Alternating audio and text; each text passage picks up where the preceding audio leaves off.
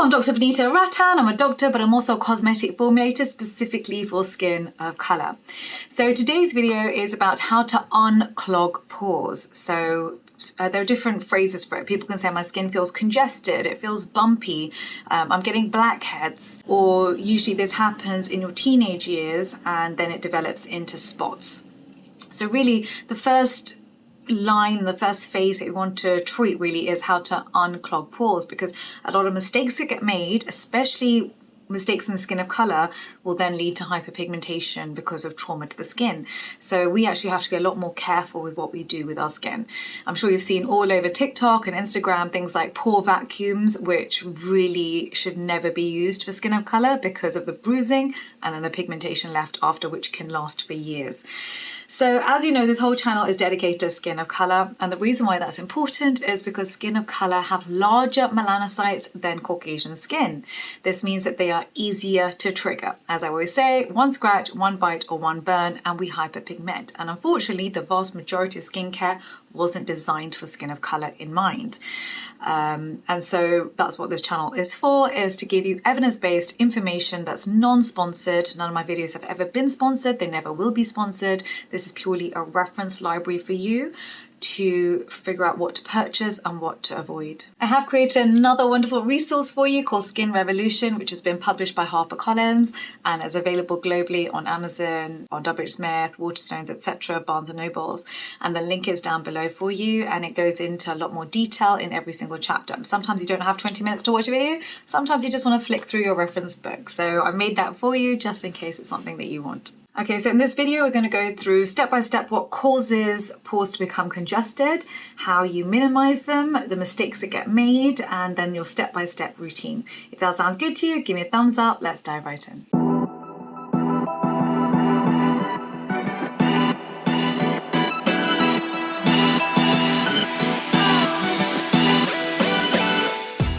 So first of all, let's talk about what is a pore. A pore is just an opening to the skin, and this is how sebum from the sebaceous gland inside the skin will reach through a tract up to the surface and then will spread across the skin. Now, sebum is very important because it reduces transepidermal water loss. That's water evaporation from the skin. And it's almost a little bit, think of it like a waxy barrier. It's what keeps your skin waterproof. You didn't have that, and you didn't have this waxy skin and this waxy barrier. Then every time you went out, or in the rain, or you had a shower, you would blow up like a big balloon because you'd absorbed all the water. So it protects you. It also keeps the skin supple and hydrated, and this is the optimal environment for your skin to repair and recover. It really is essential. If you have less sebum than required, it leads to dry, tight skin, which is probably what you're feeling, especially in the winter time. This leads to itching. This then leads to secondary infection into the skin, which leads to further inflammation, and now you're in a vicious cycle where you're getting irritation, inflammation, and hyperpigmentation, and all because of a damaged skin barrier. So really, your skin barrier, the health of your skin barrier is absolutely crucial.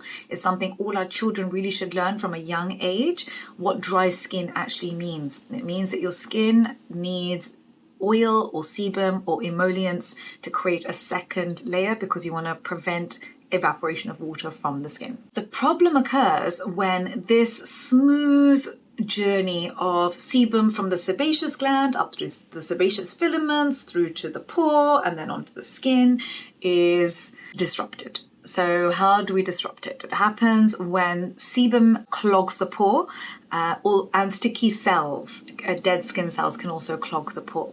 Then this conveyor belt of sebum that should be taking place doesn't take place, and instead it creates a blockage and an anaerobic environment where bacteria can multiply. So lots of things can go wrong the second your pores become blocked. And of course, the problem that I'm talking about is acne. There are 4 types of acne: inflammatory and non-inflammatory.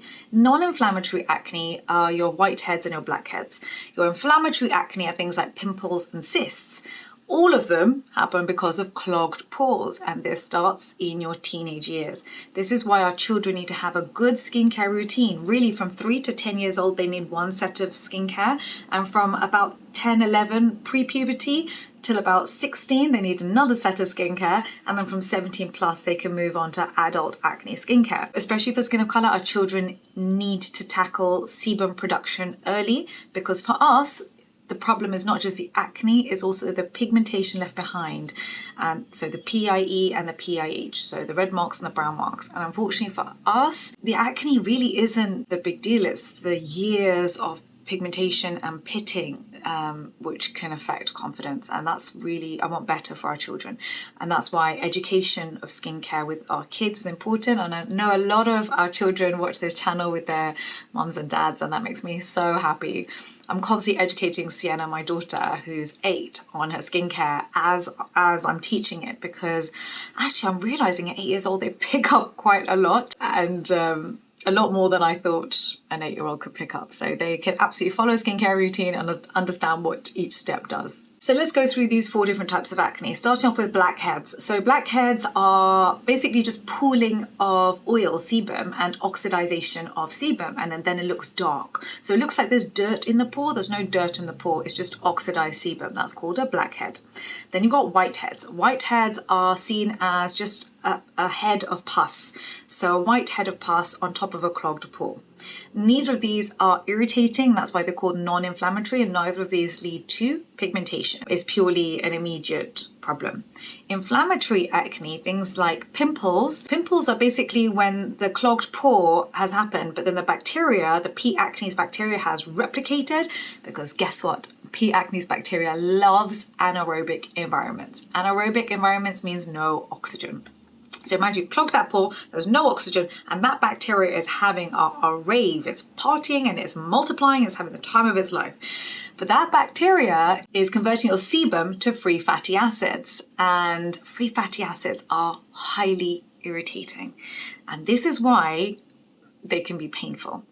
And that's what leads to the red marks.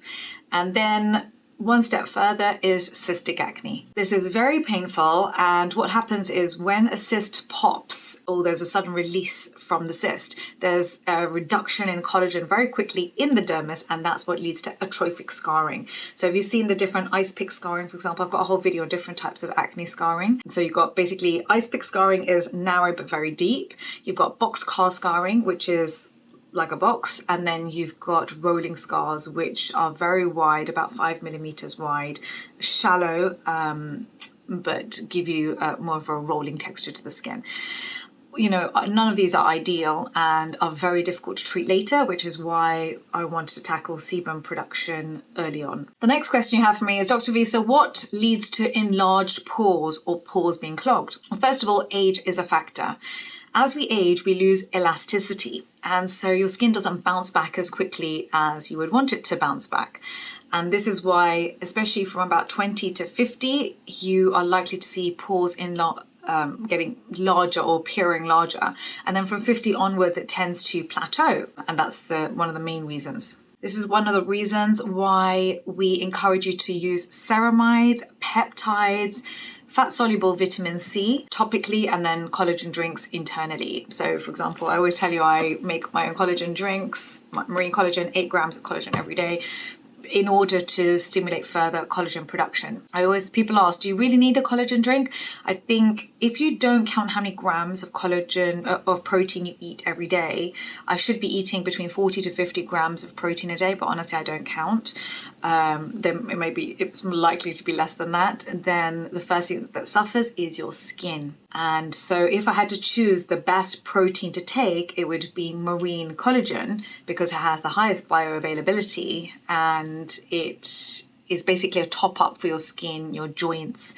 So it's essentially anti-aging, and at 38 years old, I'm here for all of the anti-aging. The second factor is overproduction of sebum. So you tend to have a genetic predisposition to this, or it happens in the week before your period. This is why you tend to break out the week before your period. The third reason for clogging pores is using cosmetics that are comedogenic. So unfortunately, a lot of creams that you use, even though they say non-comedogenic on them contain comedogenic ingredients and can clog pores. I've actually made a whole video for you on non-comedogenic moisturizers that are actually comedogenic. So unfortunately it's an unregulated term. Anyone can write it on their product, and you know, it's one of the reasons I made this channel, is to basically teach you how to avoid marketing. But yeah, that's one of them, creams and also makeup. So often you've got great skincare, but actually you're using foundation, which is clogging your pores. In fact, there was a very interesting study conducted on different ethnicity women and what percentage of their skin was covered with enlarged pores on the face. And this was conducted on thousands of women. I'm going to go through the percentages because it's really quite surprising. So number one actually is Brazilians. So from 18 to 29 years old, so basically in their 20s, they have 20% of their skin covered with enlarged pores, and by 40 it goes up to about 22%. So it's not a huge jump from 20 to 40, but it is a large percentage to start with. And that's why in Brazil, if you go to Google on Brazil, you'll find that the search for minimizing pores is quite high. The second after this is Indians, and so Indians have 13% of us have enlarged pores. So for Indians, it jumps up from 13% in your 20s up to 20% in your 40s. So that's almost double. And that's why you're going to notice, if you are Indian, you're going to notice a lot more of you are going to have enlarged pores with age. Then the next demographic on here was actually Caucasian and Japanese are very similar. They both have about 10% of the skin with enlarged pores on it in their 20s, and the difference is that Caucasians and Japanese, actually both of them only increase up to about 13%. So it's actually not such a big problem for that community. And Chinese have the smoothest skin at only 1%, and it literally doesn't increase. It stays at 1% their whole life. So if you go to China and you see how many people are struggling with large pores, it's going to be minimal. So out of all the demographics, Indians have the greatest jump from 20 to 40. And this is why specifically for Indians, we do need to be focusing on maintaining the elasticity of the skin and the collagen of the skin. And that's why I say topically, you want to be using your vitamin A, ideally retinaldehyde. You want to be using tetrahexyldecyl ascorbate. You want to be using ceramides, peptides, and internally you want to be taking collagen. Right, Dr. V, so what do we do? What is the step-by-step routine? So first of all, we want to avoid any triggers. This means avoid all non-comedogenic products, including makeup. You want to avoid touching your face too often, as that is introducing dirt to your hands. Are not sterile. You know, even if you wash your hands 20 times a day, you're still touching other things, and then touching the face is not a good idea. And mobile phones to the face is also not a good idea. You want to cleanse your skin twice a day using a BHA wash. So your salicylic acid wash, for example, from the Inky list does a very good one. Make sure you remove your makeup at night, because otherwise it will sit and settle in your pores. It will expand the pores, and if with age you're not getting that supple snapback of skin, the pores are going to look enlarged the next day. And this is also one of the reasons dehydrated skin makes the pores look larger too. So at nighttime, you want to have your humidifier. You want to be using our fatty moisturizer like Cera-Pep or Cetraben or CeraVe, and then a barrier oil on top. For the barrier oil, only use that if your problem is dry skin with large pores. If your problem is oily skin with large pores, then I would avoid the barrier oil. The next thing I would say is purchase a product that contains niacinamide between 2 to 5%. All clinical studies were done on the 2 to 5% area, and then because The Ordinary did 10%, everyone copied The Ordinary, but then a lot of people are reacting at 10%. So let's stick in the 2 to 5% area. There are three that I love. One is Naturium, does a 5% niacinamide gel. Selfless by Hyrum does a 2% niacinamide moisturizer, and of course our Cera-Pep, which is 2% niacinamide in the moisturizer if you just want it all in one. To unclog the pores, you may wish to use a salicylic acid toner such as Paula's Choice, and I also love clay masks. So the one that combines salicylic acid plus clay is The Ordinary, so I love their 2% salicylic acid mask, and I'd recommend you use that once a week. Of course, the most important thing to keeping your collagen and elasticity in place is using your SPF 50 without fail. We should all be doing this really from 6 months old onwards, but I understand that's not been part of people's childhood routine. However, as we age, it becomes more and more important. Especially, I prefer mineral sunscreens because it's anti-inflammatory and it doesn't enter the bloodstream. A lot of people did worry about white cast, but we did make Dr. V Inzincable for you, which has no white cast in it, as I'm wearing it right now under my makeup, and it does give you a nice glow to your skin. So this also contains Melashield, which is great for anti-pigmentation as well. The classic mistakes that get made with pores. Number one, we've already discussed pore vacuums. Please avoid them because of the trauma and the PIH. Avoid products that contain denatured alcohol. Unfortunately, a lot of these pore minimizing products, the way they work is with the astringent alcohol, denatured alcohol. But denatured alcohol rapidly evaporates from the skin. It's highly volatile, so it dries the skin further and then it makes the skin less supple. It also encourages more sebum production, so it's absolutely one to avoid. So just because it says pore minimizing on it, it can actually make the whole situation much worse. If you're a smoker, you really do need to cut out smoking because free radicals damage collagen and of course then reduces the elasticity of the skin. Please don't skip your moisturiser under your SPF. A lot of people think, oh, but it's going to clog my pores. Go for a lighter gel moisturiser, for example, Face Theory. But you need to moisturize, otherwise you're going to encourage more sebum production and more oiliness. I'd also avoid over treating the skin, so using your clay mask too much, for example, because again, you don't want to dry your skin. You want your skin to feel supple and comfortable. You never want to feel like you've removed all the oil from your skin feels tight, because very, very rapidly you're going to find that the oil has come back to the surface, and even faster this time, which is what I don't want for you. Don't forget to follow me on Instagram. I've got 2 accounts, Skincare by Dr. V and Dr. Vanita Rattan. Don't forget to follow me on TikTok, which is Dr. Vanita Rattan. And also, I'm in the comment section for 1 hour at the launch of every single YouTube video. So make sure you subscribe and hit that notification bell so you know when to come and when to ask me questions. So I hope you enjoyed today's video. Please do write down below any other videos that you need to make for you, and I will, of course, do it. Thank you so much. Bye.